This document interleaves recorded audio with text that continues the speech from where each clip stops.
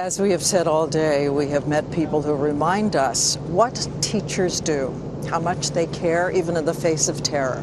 And I sat down with a first grade teacher at that school, Kaitlin Roig. She heard gunfire, large windows exposed her classroom, so she managed to rush 15 small children into a tiny bathroom to try to save their lives. I put one of my students on top of the toilet dispenser. I just knew we had to get in there. I was just telling them it's going to be okay, you're going to be all right. I had pulled a bookshelf before I closed the door in front of it. So it was we were completely barricaded in. I turned the lights off. Did you tell them to be quiet? Did you worry about one of them? No, I told them to be quiet. I told them we had to be absolutely quiet because I was just so afraid that if he did come in and then he would hear us and then he would maybe just start shooting the door. So I said, no, we just have to be absolutely quiet. And I said, there are bad guys out there now. We need to wait for the good guys. They're coming again. I wanted us to be okay.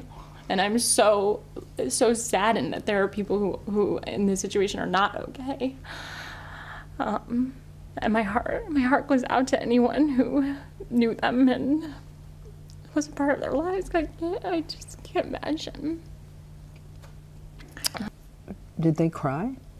No, if they started crying, I would take their face and say, it's gonna be okay, show me your smile. I really tried to and one of my students was, would say things like, I know karate, so it's okay, I'll lead the way out. They really said to you, we want to go home for Christmas. Oh yeah, yeah, yeah. Or I just want to hug my mom, or just, things like that were just heartbreaking, and in my mind, because you're hearing, I've never been a part of something, obviously, anywhere near this traumatic.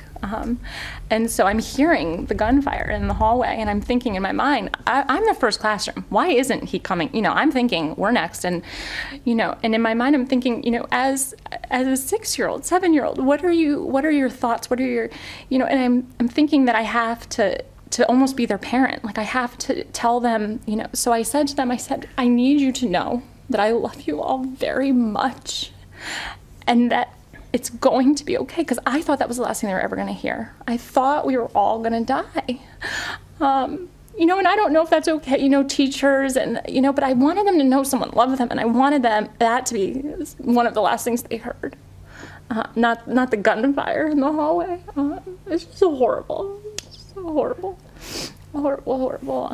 How did you know you were going to be okay? What happened? I didn't. What finally happened was the gunfire stopped. The gunfire wasn't that long, so that stopped, but I said, no, we're not going anywhere. We're staying here until someone good comes in, gets us out. So eventually what happened was the police came and started knocking, and obviously, I was completely beside myself, and I said, I don't believe you. You need to put your badges under the door.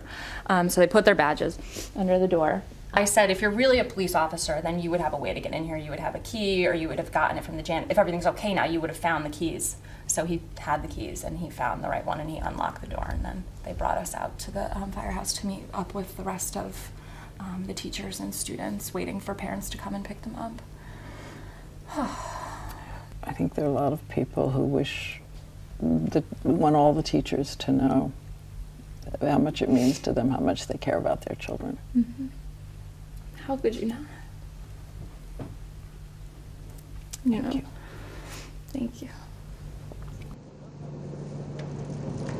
And she only spoke, she said, because she wants us to know this is a school of teachers who care so much about each other and their students.